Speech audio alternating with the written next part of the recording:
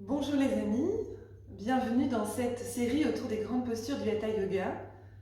Et pour commencer, j'ai choisi d'explorer la posture du demi-pont, une posture qu'on retrouve très souvent dans nos séances, une posture qui voit les pieds s'enraciner à la terre et le bassin se présenter au ciel, plus haut que l'espace du cœur.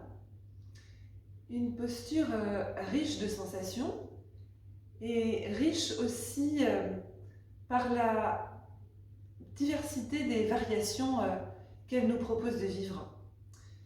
Pour s'installer dans cette posture, nous commençons à plat dos, les jambes repliées et les bras le long du corps. Les pieds sont parallèles, écartés de la largeur des hanches. Je les laisse s'enfoncer dans le sol de manière bien équilibrée.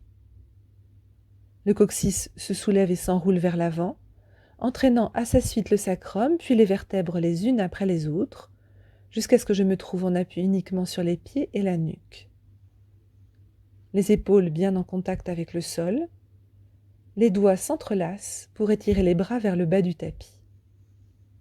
Les coudes fléchissent sans s'écarter, et les mains se placent en soutien sous les fessiers, les cuisses ou le bas du dos, selon les possibilités de chacun. Le pubis se trouve comme suspendu au plafond, plus haut que le nombril. La posture est maintenue en durée avec le souffle qui suit son rythme naturel, qui habite le corps. Le poids du corps bien distribué sur ses différents appuis. Je m'ajuste pour rester entre intention et lâcher prise. Je peux vérifier qu'il n'y a pas de tension dans la gorge, le cou est libre et le visage resté vacant. Lorsque je sens que la posture est aboutie, j'enlève le support des mains pour amorcer la descente en sens inverse et je laisse se déployer les sensations engendrées par l'exercice.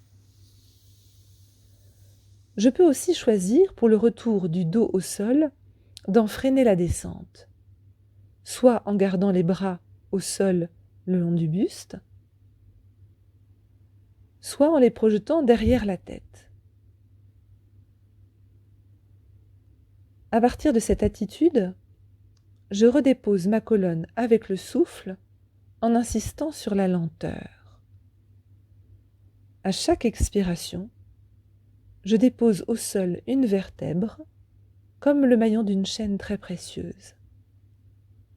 À l'inspiration, je fais une pause et je chemine ainsi souffle après souffle, vertèbre après vertèbre. La zone sensible se situe souvent vers les lombaires. Je prends mon temps en amenant bien le fond du bassin vers le bas du tapis.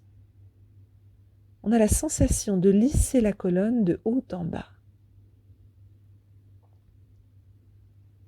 Lorsque la posture classique se trouve exécutée sans difficulté, on peut y introduire une action spécifique et locale, comme une exploration supplémentaire à l'intérieur de la pose. Voici quelques-unes de ces variantes. Le demi-pont avec des pulsions de diaphragme s'installera à partir de la pose classique, bien équilibrée, après une expiration non forcée. La masse abdominale est alors pulsée en pointant et en rentrant le ventre dans une succession de battements souples, avec délicatesse. Le rythme et l'amplitude s'ajustera à vos possibilités et votre sensibilité du jour. Le dos reste parfaitement immobile et stable. Lorsque l'envie d'inspirer se présente, la pulsation s'arrête et le souffle se redéploie. Je l'accueille quelques instants avant d'éventuellement reprendre l'exercice 1, 2 ou 3 fois. Une autre proposition consiste à intégrer à la posture classique un Uddiyana Bandha. Pour ce faire, je suspends mon air après une expiration non forcée et je pratique ce qu'on appelle une fausse inspiration.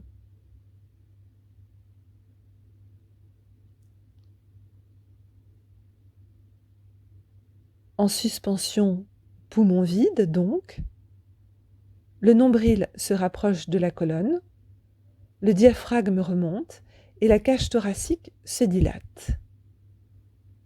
Je reste ainsi, poumon vide.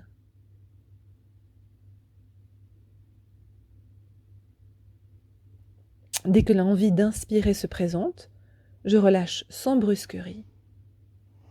Il est possible d'installer ce mandat plusieurs fois avant de défaire la posture.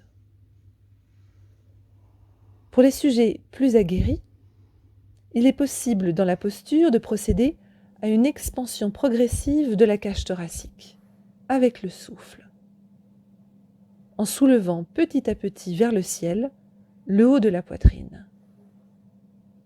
Le ballon respiratoire se déplace vers le menton, qui lui reste fixe. Lorsque l'envie d'en finir se présente, je peux différer la fin de la posture et rester en suspension de souffle à la suite d'une inspiration libre et confortable.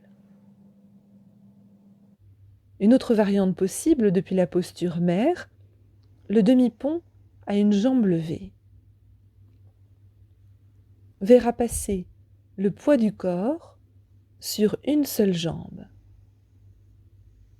avant de dégager progressivement l'autre jambe jusqu'à la verticale.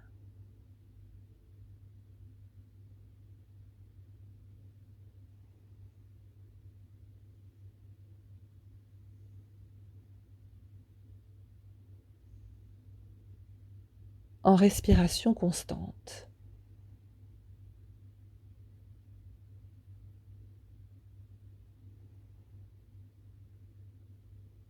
J'alternerai bien sûr avec l'autre côté. Lorsque le corps est disponible pour cela, la posture peut également être pratiquée en saisissant les chevilles avec les mains ou en éloignant les pieds vers le bas du tapis, ou encore en plaçant un demi-lotus. Le demi-pont, posture complète en elle-même, est une merveilleuse préparation à la posture de la roue ou de la chandelle, qu'elle peut aussi compléter. Notons toutefois qu'une variante plus luxueuse ne devrait jamais être considérée comme un but final ou l'idéal à atteindre. Les facilités naturelles qui se développent avec la pratique ne doivent pas faire oublier que la pratique des asanas est avant tout un exercice de conscience, dans le respect de l'organisme global.